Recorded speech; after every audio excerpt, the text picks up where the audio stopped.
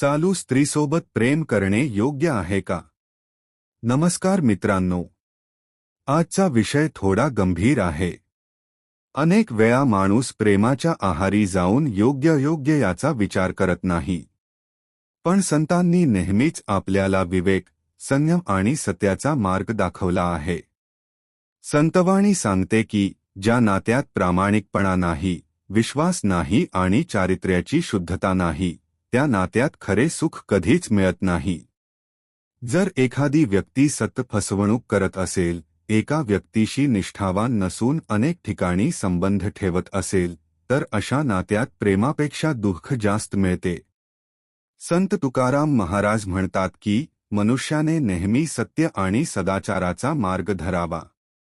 चुकीच्या संगतीमुळे मन अस्थिर होते आणि जीवनात अशांती निर्माण होते. म्हणूनच प्रेम करताना व्यक्तीचा स्वभाव, तिचे विचार आणि तिचे चारित्र्य यांचा विचार करणे आवश्यक आहे. खरे प्रेम हे स्वार्थासाठी नसते. ह्या प्रेमात विश्वास, आदर आणि निष्ठा असते. जिथे या गोष्टी नसतात, तिथे प्रेमाचे रूपांतर दुःखात होते.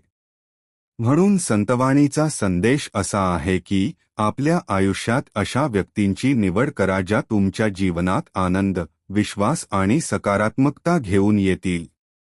केवळ आकर्षण किंवा मोहाला प्रेम समजू नका. विवेकाने घेतलेला निर्णयच आयुष्य सुंदर बनवतो.